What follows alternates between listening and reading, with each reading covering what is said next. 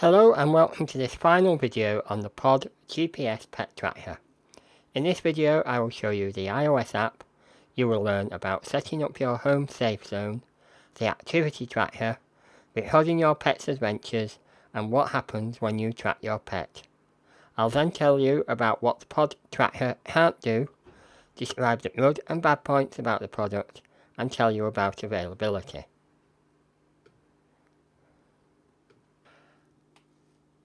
So I've now downloaded the Pod Tracker app from the App Store and installed it on my iPhone.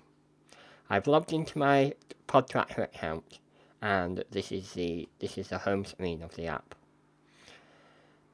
As you can see in the little circle there is a picture of Barney. I can easily change this simply by tapping on the circle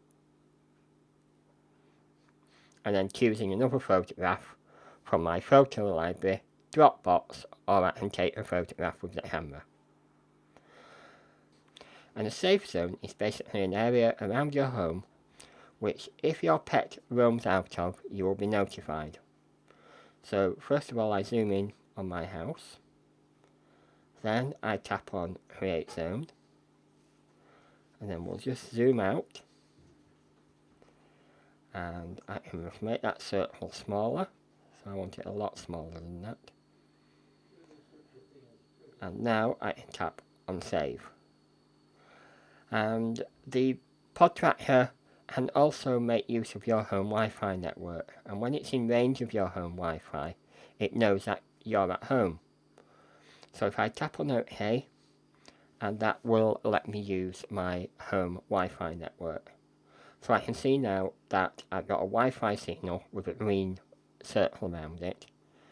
At the moment I have the safe zone feature turned off. This icon in the corner allows me to edit the safe zone. The next feature we have is the Activity Center. So the Activity Center shows how active your pet has been over the past day or the past week. And this uses Bluetooth. So all you have to do is, when you're in the same room as your pet, is press the sync button and that will sync the data from the activity tracker to your smartphone.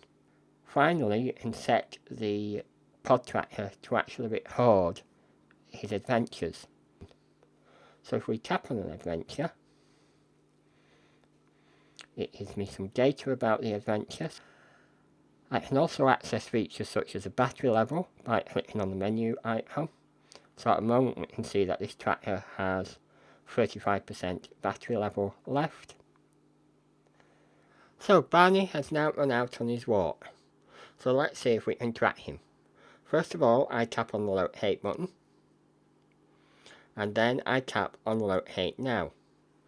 So a signal will be sent to the Pod Tracker and then the Pod Tracker should send back its location. So we can see now that Barney we can now see where the location of Barney is. The system will ping Barney every 10 seconds and will update his position. So we can see the tracker moving along the screen.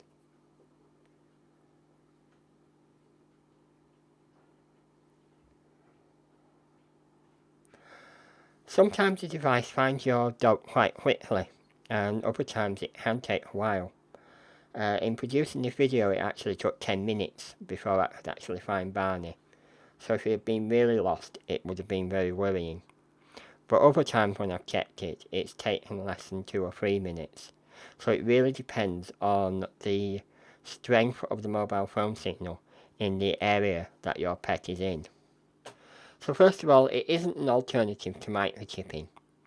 Microchipping is still the best chance you have of getting your dog back and making sure that its details are up to date. And from the 6th of April 2016, all dogs in the UK must be microchipped. It isn't an alternative to a name tag on the collar, and the name tag should include your surname, house number, postcode and phone number. Also, it isn't a security device. A dog thief can remove the device from the collar. There are trackers which are designed so that they can't be removed, but you do have to weigh up the benefits of not being able to remove your dog's collar quickly in an emergency, plus what a dog thief may do to your dog if they discover that they can't remove the tracker from its collar. So now let's look at the good points and the bad points of the Pod GPS Pet Tracker. So first of all, the unit is small and compact. It will fit on both dogs and cats, and in Barney's case, he has absolutely no problem wearing it. He's not even aware that it's there, and it fits on his collar with absolutely no problems. The unit is designed to fit any collar, so no matter what design you've got or what sort of connector it's got, it will fit on it. And this means you don't have to buy a new collar. The batteries are interchangeable, so this means that you can have a set on charge and a set in the device at the same time. I'm not quite sure about the battery life. I've been testing the unit, so the batteries, I probably use the batteries up a lot quicker than I normally would under normal circumstances. It's very easy to set up and it's easy to use.